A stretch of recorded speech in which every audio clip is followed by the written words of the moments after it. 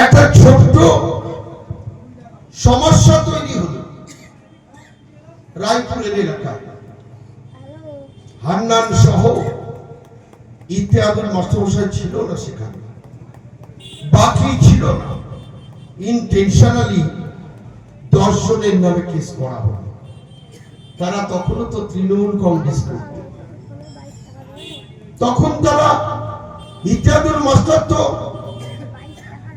তৃণমূল কংগ্রেসে তখনও ছিল, হান্নান তখনও তৃণমূল কংগ্রেসে ছিল। ঠিক এ হলো অবস্থায় দেগঙ্গার মানুষের প্রতি একটা সন্ত্রাস, একটা অত্যাচার সংগঠিত করে আসছে। আপনারা বুকে হাত দিয়ে বলুন তো, মাইক্রোফোনের আওয়াজ যত দূরে যাচ্ছে। এখানে মোস্তফা ডিলার সাহেবরা আছেন, আলী সাহেব মারা গেছে। আমরা দীর্ঘদিন রাজনীতি করছি, কিন্তু 16 সালের আগে এখানে অনেক প্রবীণ মানুষ আছে। 16 সালের আগে দেগঙ্গায় এই উদ্ভূত পরিস্থিতি ছিল, হ্যাঁ কি না? আপনারা বিবেক দিয়ে উত্তরটা নিজেদের কাছে রাখবেন। আমি দায়িত্ব নিয়ে বলছি, ছিল না। সেই পরিস্থিতি দেগঙ্গায় তৈরি করেছে। আমি একটা ছোট্ট ঘটনা বলব। আমি তখন সভাপতি ছিলাম, পঞ্চায়েত সমিতির সভাপতি। আমাদের হাজিপুর জেলা ওয়ার্ডে একটা পঞ্চায়েত সমিতি মেম্বার ছিল সোনিয়া পারভিন। তার স্বামী আসাদুল হক, ডাকনাম সানি। তার বাবা পুলিশের কনস্টেবল। তার একটা ভাই সাব ইন্সপেক্টর। তার একটা বৌমা প্রাথমিক বিদ্যালয়ের টিচার।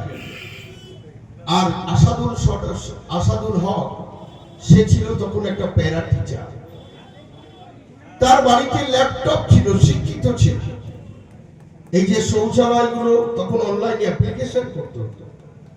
অজস্র মানুষ শৌচালয় পাচ্ছে, অসংখ্য মানুষ বয়স্ক ভাতা পাচ্ছে, অসংখ্য মায়েরা বিধবা ভাতা পাচ্ছে। সে বাড়িতে বসে ল্যাপটপের যুগে মানুষের কাজ করার একটা প্রবণতা তৈরি হয়েছে। এটা ঈর্ষান্বিত হলো বর্তমান যে তৃণমূল কংগ্রেসের প্রার্থী। মানুষ তো সারিমুখী হয়ে যাচ্ছে। সানি প্রায় পঞ্চায়েত সমিতিতে প্রশ্ন করত, সানি এতগুলো শৌচালয় করেছে কিভাবে? সানি এতগুলো বয়স্ক ভাতা করে দিয়েছে কিভাবে? সানি এতগুলো বিধবা ভাতা করে দিয়েছে কিভাবে? আমি বলতাম তার বাড়িতে ভালো ল্যাপটপ আছে, সে কাজ জানে, অনলাইনে অ্যাপ্লিকেশন করেছে, কাজগুলো হয়ে গেছে। এখানে তো সরকার বা আমরা কোনো কোটা বেঁধে দিই, সে কাজ করার মনোমানসিকতা তৈরি করেছে, মানুষের জন্য কাজ করেছে। ঈর্ষান্বিত হয়ে রাত্রে তার বাড়িতে বাইরে পাঠানো হলো। প্রথমেই গিয়ে তার ল্যাপটপটা ভেঙে দেওয়া হলো আছাড় মেরে। তার দুটো বাইক জ্বালিয়ে দেওয়া হলো, মোটর বাইক। আমাদের পঞ্চায়েত সমিতির মেম্বারকে যেভাবে আঘাত করেছে, পিঠে থেকে পাছা থেকে পায়ের গোড়ালি পর্যন্ত। বলছে, দাদা আপনার বোন হই, আপনি দাদা হন, যদি দেখাবার মতো হতো তাহলে আপনি বুঝতে পারতেন আমাকে কিভাবে আঘাত করেছে। আমি একটা মায়ের সমতুল্য, আমার সে সম্মান না দিয়ে যেভাবে আমাকে মেরেছে, এটা আমি ভাবতে অবাক লাগছে। হাওয়া করে কাঁদছি। সানির কি করলো? বাঁ হাতটা মেরে ভেঙে দেওয়া হলো, কলার মনটা ভেঙে দেওয়া হলো। আমি এই সংবাদ যখন রাত্রে শুনলাম, আমি সেই রাত্রে আমি তার বাড়িতে গিয়ে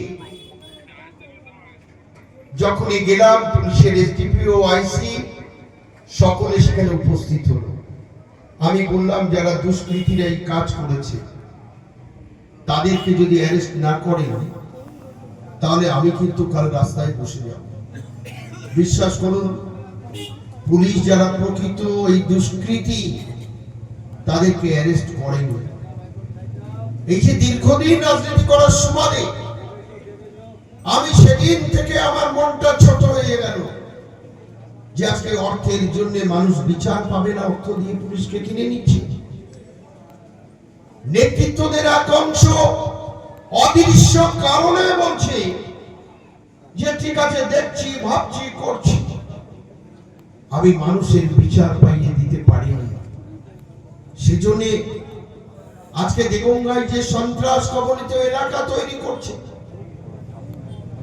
দীর্ঘদিন রাজনীতির ব্লক সভাপতি ছিলাম 2013 থেকে 2022